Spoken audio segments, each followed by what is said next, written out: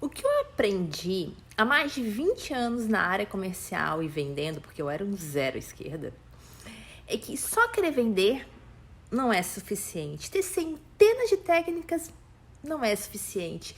Ter um ótimo produto também não é o suficiente. Se tu não tiver mentalidade, se tu não trocar os significados que tu der para todos os processos de venda, não vai dar certo. Por mais que tu vá, tenha vontade, desejo, mexa com a emoção dos outros, se tu não mexer com a tua emoção, não dá certo. Se você não estiver preparada para lidar com as tuas frustrações, com os teus medos, passar vergonha, passar carão, nada disso adianta. A venda muito mais é uma superação interna nossa.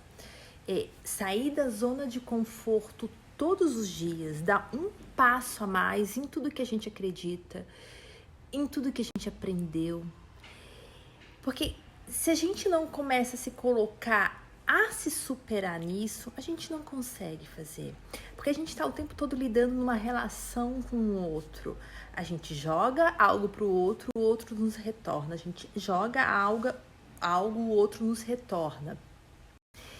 E se a gente não estiver bem mentalmente, emocionalmente, qualquer reação que o outro tem, a gente vai achar que já é contra a gente, sabe? A gente sem querer pega pro emocional e não tem nada de emocional. O outro às vezes não tá nem aí pra gente. Então é interessante, antes de a gente começar a vender, antes de saber milhares de técnicas, antes de saber todas as informações técnicas do produto, a gente precisa nos conhecer, nos entender e o que significa pra gente cada passo a mais. O que significa pra gente a palavra vender? O que significa pra gente a palavra entrar em contato com a outra pessoa? Que daí a gente começa a trazer por corpo e começa a ver onde é que estão as nossas limitações.